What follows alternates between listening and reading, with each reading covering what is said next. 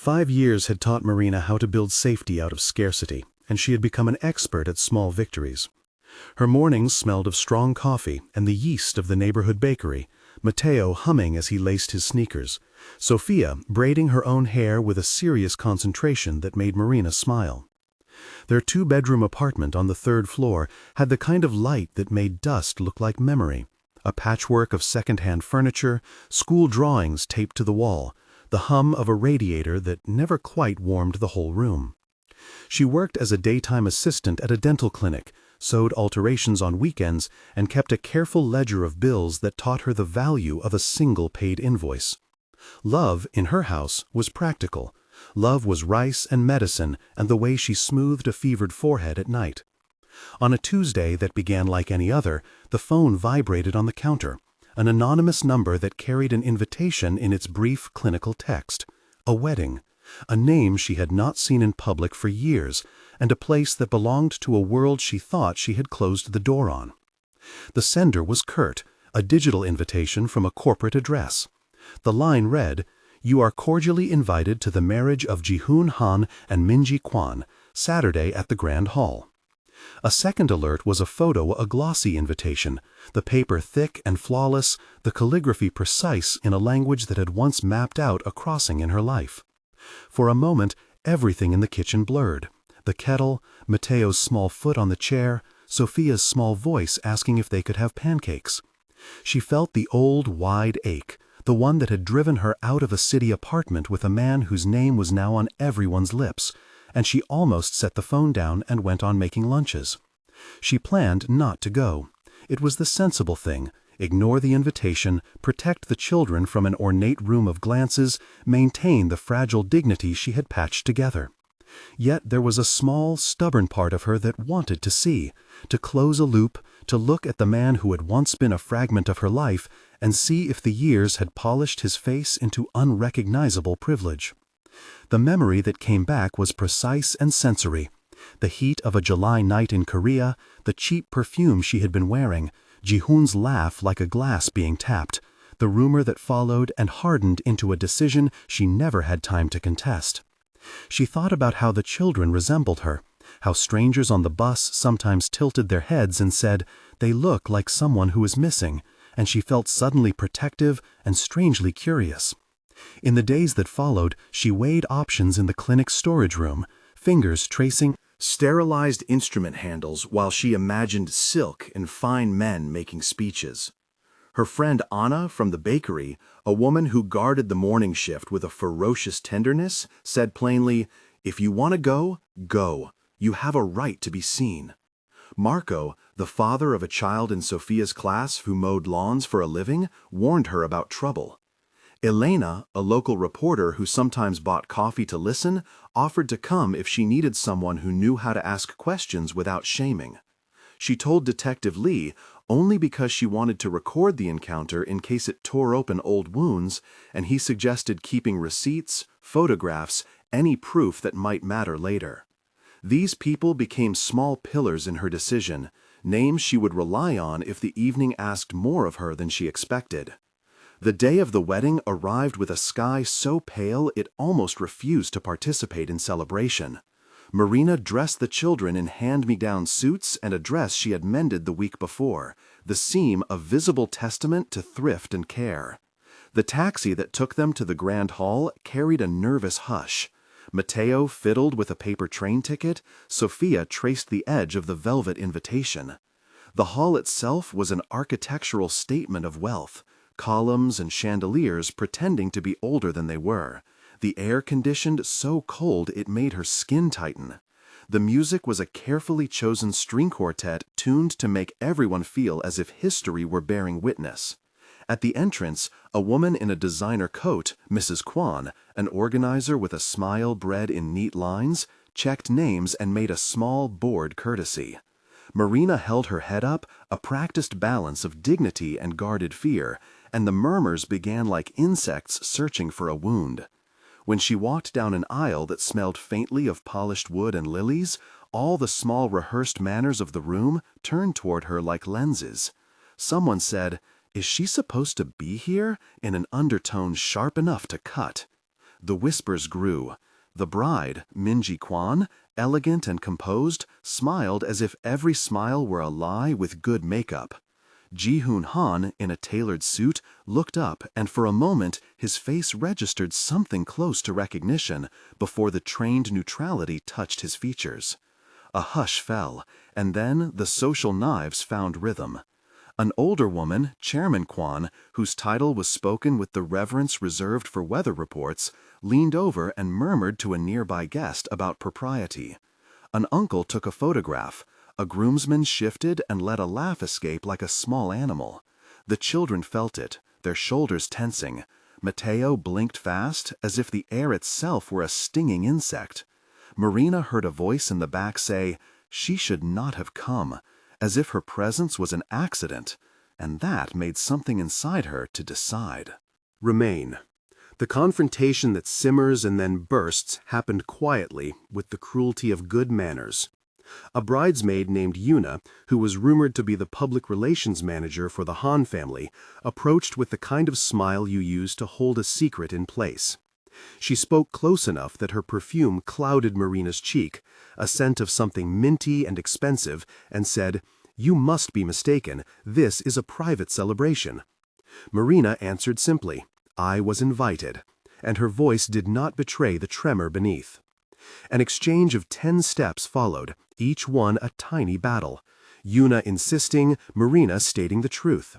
A groomsman named Sunwoo trying to steer the attention away by offering hors d'oeuvres, an aunt named Heijin whispering about reputation, Elena the reporter stepping forward to introduce herself and ask if she could observe, Marco standing like support at Marina's side. The guests formed an audience of expressions, some sympathetic, many calculating.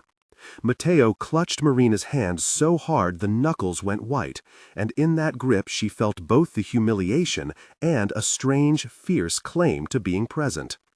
After the first public coldness, the real shock did not come from whispers, but from an observation that walked toward her in the guise of a man named Jihoon, stepping down the steps and standing under the chandelier light. Their eyes met for the briefest of instants, and the world redirected its attention. He spoke not to the room, but to Marina, his voice low, precise, carrying a cultivated calm. He said, "I did not expect to see you here." And there was no apology in it, only the neatness of a man who had learned to live by keeping things in folders. Marina replied, "Why would I be expected anywhere else?" The exchange that followed was a sequence of overlapping lines, 8 to 10 back and forths, each loaded with the weight of past absence and current status. He asked about the children with a curiosity more professional than paternal. She answered with facts and a question. The children were shuffled by an aide. A spokesman named Jamin tried to intercede, and the room closed like a trap. At one point, Jihoon said, "These are unlooked-for complications," and Marina felt compressed into a history she had tried to edit out. Outside, in the valet area, where the air smelled of cologne and rain on asphalt, a man watched from the line of cars. He was not an accident. Park, a former colleague of Jihoon who had been whispered about in the corridors of power for years, recognized the children in a storefront reflection and sent a brief message to someone he trusted. Jihoon, noticing the exchange of looks, stepped out to speak with Marina near a black SUV, and the proximity was an electric thing, like a static charge before a storm. They spoke in a mix of clipped sentences and long silences, a series of 10 exchanges. That layered apology, deflection, and questions so personal they felt like legal filings. He said, "I had no idea," and she answered, "Everyone has the right to be surprised." He muttered about timing and distance. Marina asked about responsibility. He offered conditional sympathy. She refused pity. And for a moment there was a fragile pause where both evaluated what public reconciliation might cost them. What began as coincidence unfolded into a pattern that was too precise to be random.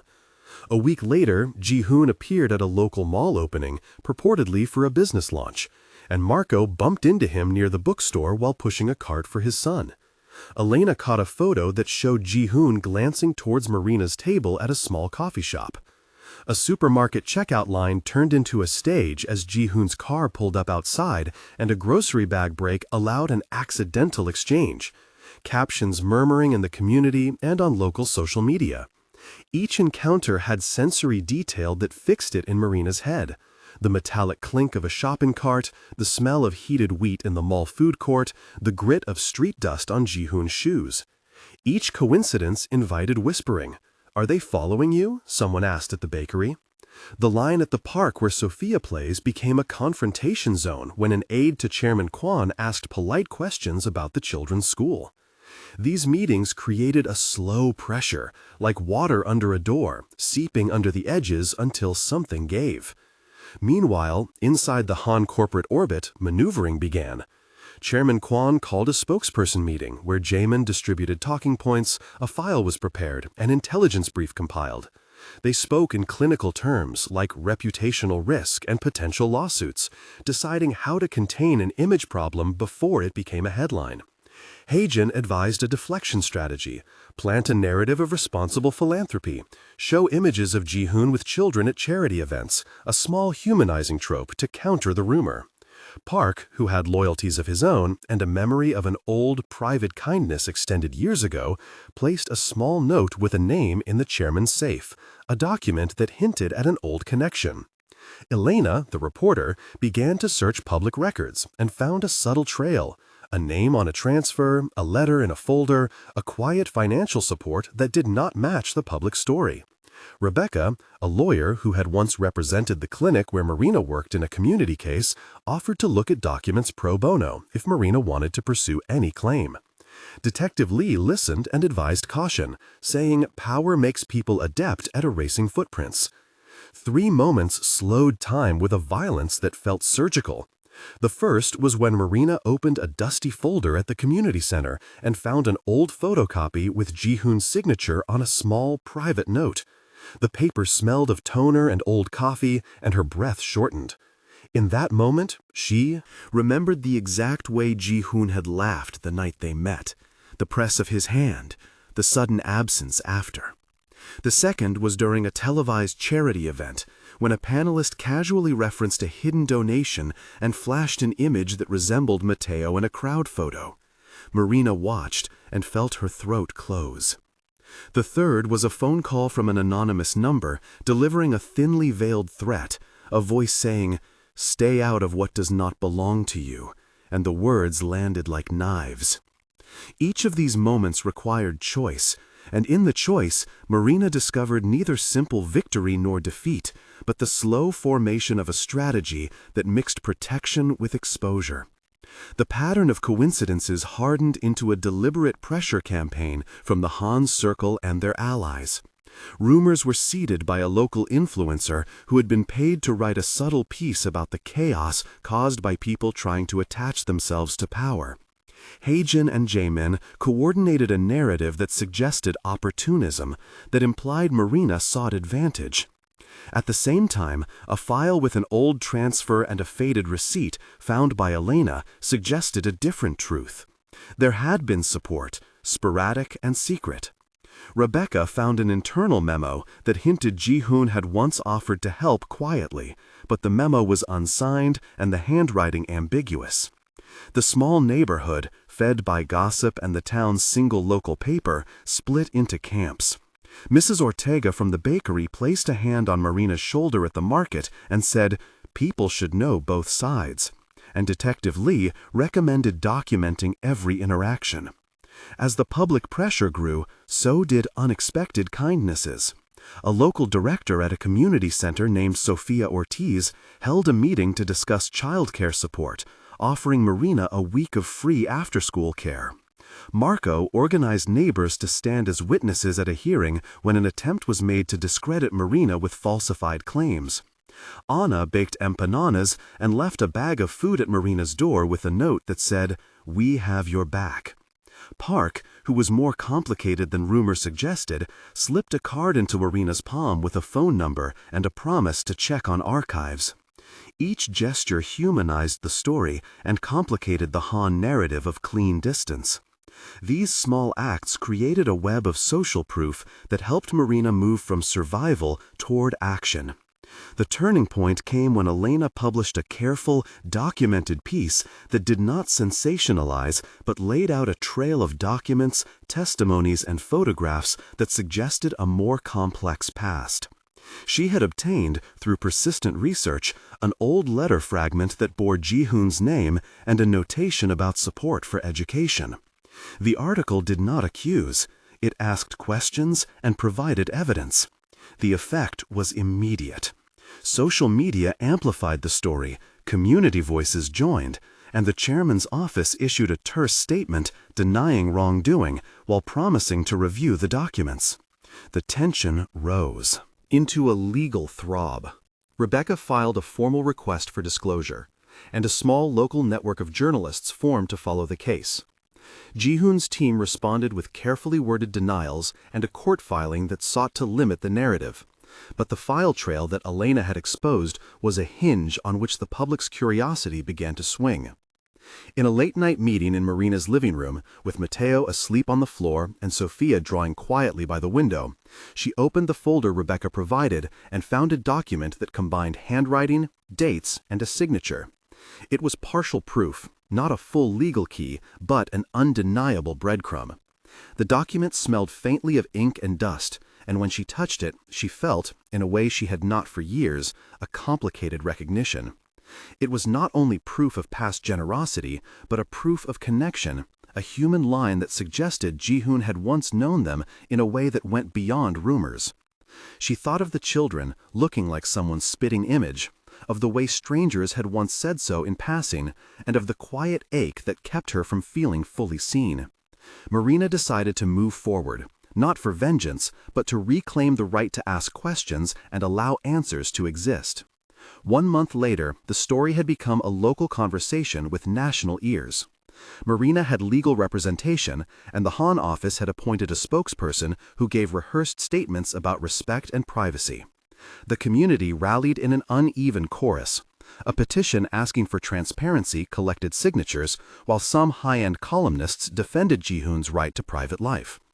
Marina found herself in meetings with Rebecca and Detective Lee, laying out a plan to request archived documents and third-party testimony. Marco and Anna helped coordinate childcare so she could attend depositions, and Elena continued to publish careful updates. Public opinion did not decide guilt, and the law moved with a slowness that taught Marina patience. She learned to rest in a schedule of hearings and records requests, to measure days by filing dates and lawyer emails. 3 months in, the case had opened fissures in Jihoon's public image and prompted an internal audit within the corporation. The chairman's office, pressured by a mix of public curiosity and potential investors worried about reputation, allowed a limited review of older correspondence.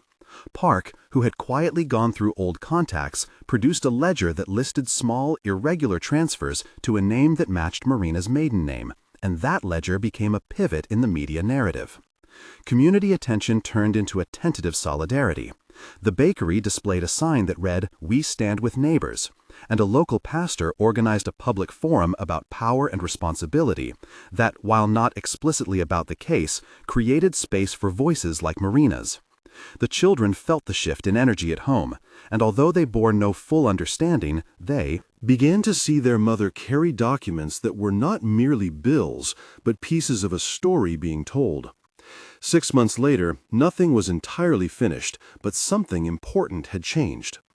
A mediated meeting was arranged where Jihoon, represented by a lawyer of impeccable manners, agreed to a private conversation that would be documented and mediated by an independent lawyer. It was not an admission of wrongdoing, and it did not erase years of silence, but it acknowledged the existence of a relationship that had consequences. The community reaction was mixed, with some calling it a victory for truth and others whispering about expedience and image control. Marina, who had once hoped for little more than to be left in peace, now demanded clarity and respect. She had filed a formal request for financial disclosure related to past support and sought a framework for future educational assistance for her children if appropriate. The process had changed her. She moved through it not as a victim, but as a person who learned to translate private hurt into public questions. If you were watching and feel pulled into this story, consider leaving a comment about what you would do if you were in her place. Write, "I would stay," or "I would leave," and a sentence about why. Because conversations like these matter to people who feel alone. If you want to see how the legal and social threads continue, subscribe for more updates. We will follow depositions, document releases, and community responses as the story unfolds. The last image of this chapter is Marina walking home with Sophia and Matteo, the children holding her hands with a casual, stubborn trust that had always been her true defense. She knew the road ahead was unfinished, that power moves in ways the law sometimes cannot fully capture, and that the truth may reveal itself in steps, not leaps. Still, as she locked the door and the apartment settled into the small domestic noises of a household that had weathered much, she felt a new certainty. Being seen, even imperfectly, is the beginning of being heard.